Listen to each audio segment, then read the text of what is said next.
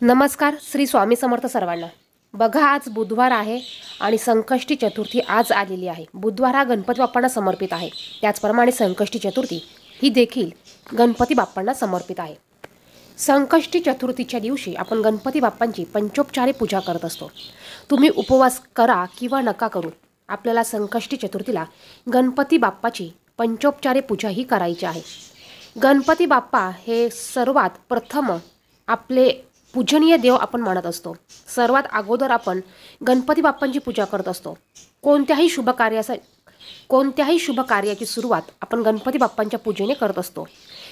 कारण प्रथम पूजनीय हे गणपती बाप्पा आहे. आणि असे हे गणपती बाप्पा विघ्नहर्ता आहे, संकटनाशक आहे, बुद्धीची देवता आहे.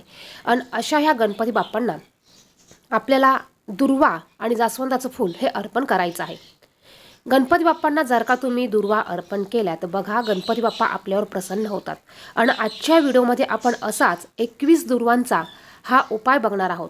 अत्यंत प्रभावी असा हा उपाय आहे. हा उपाय तुम्ही प्रत्येक संकष्टी चतुर्थीला करू शकतात. तुमच्या कोणत्याही इच्छा असू द्या, मुलांच्या इच्छेसाठी, मुलांच्या प्रगतीसाठी, मुलांच्या बुद्धीत वाढ होण्यासाठी, मुलांचे विघ्न दूर होण्यासाठी, मुलांना जर का नोकरीत शिक्षणात अडचणी येत असतील त्या अडचणी दूर होण्यासाठी तुम्ही हा उपाय करू शकतात. तुम्ही स्वतःच्या करिअरसाठी, स्वतःच्या कल्याणासाठी देखील हा उपाय करू शकतात. इतका प्रभावी असा हा उपाय आहे. उपाय काय करायचा आहे हे बघण्या अगोदर तुम्ही जर का चॅनलवर नवीन असाल तर असेच माहितीचे व्हिडिओ बघण्यासाठी चॅनलला सबस्क्राईब करा आणि बाजूच्या बेल आयकॉनला प्रेस करा. आज संकष्टी चतुर्थीला तुम्हाला गणपती बाप्पांना पाण्याने, दुधाने, पंचामृताने तुम्हाला ज्याने शक्य होईल त्याने अभिषेक घालायचा आहे. अभिषेक घातलेलं हे तीर्थ तुम्हाला मुलांना प्यायला द्यायचं आहे. यामुळे तुमच्या मुलांचे सर्व विघ्न, अडचणी ह्या दूर होतील. यानंतर तुम्हाला गणपती बाप्पांची अभिषेक घातल्यानंतर पंचोपचारे पूजा करायची आहे. गणपती बाप्पांना हळदी, कुंकू, अक्षता अर्पण करायच्या आहेत. गुळाचा, खोबऱ्याचा नैवेद्य दाखवायचा आहे. शक्य झाल्यास मोदकाचा नैवेद्य दाखवा. गणपती बाप्पांना लाल जास्वंदाचं फूल अर्पण करा. दुर्वा अर्पण करा. धूप, दीप, अगरबत्ती ओवाळा. शक्य झाल्यास शुद्ध गाईच्या तुपाचा दिवा लावा. ही झाली पंचोपचारे पूजा. आता यानंतर उपाय कसा करायचा? हा उपाय तुम्ही दिवसभरात केव्हाही करू शकतात. सकाळी करा, संध्याकाळी करा. हा उपाय करण्यासाठी तुम्ही जर का मुलांसाठी उपाय करत असाल, तुमची मुलं जर का मोठी असेल तर तुम्ही मुलांकडनं हा उपाय करून घेऊ शकतात. किंवा मग आईने मुलांसाठी हा उपाय करायचा आहे, किंवा मुलांसाठी, पतीसाठी करायचा असेल तर आई ही सर्वांसाठी हा उपाय करू शकते.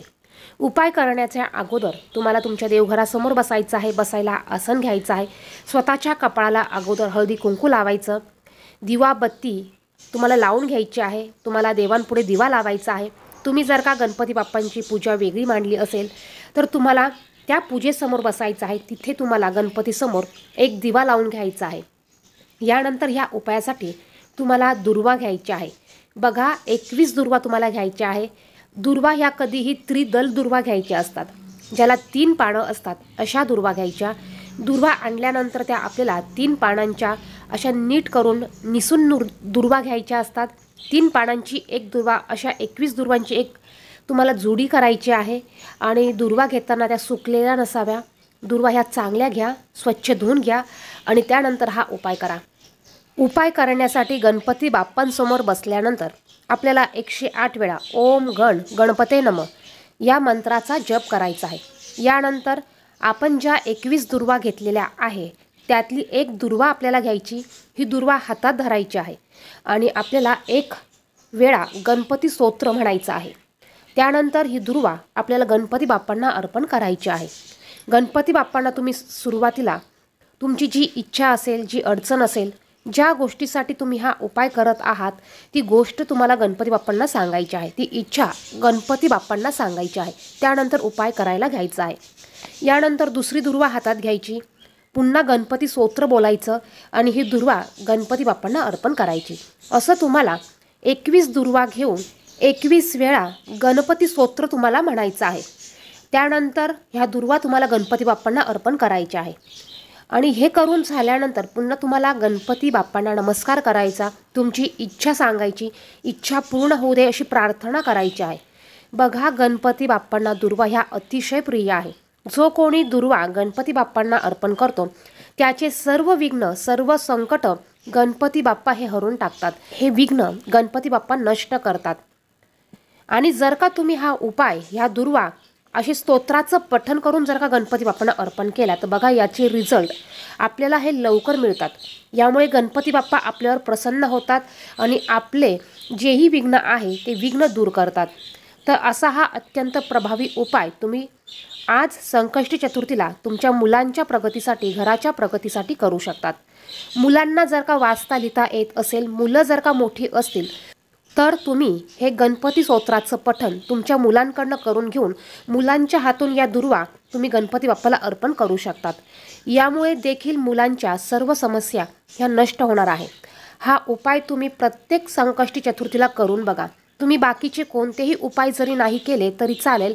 हा उपाय तुम्ही प्रत्येक संकष्टी चतुर्थीला आवर्जून करा. बघा याने तुमच्या सर्व इच्छा ह्या पूर्ण होतील. तुमच्या 7 जन्माची दारिद्र्य नष्ट होईल. मुलांची अभ्यासात, नोकरीत, व्यवसायात प्रगती होईल. व्हिडिओमध्ये सांगितलेली माहिती आवडली तर व्हिडिओला नक्कीच लाईक करा. चॅनेलवर नवीन असेल तर चॅनेलला सबस्क्राईब करा. धन्यवाद. श्री स्वामी समर्थ.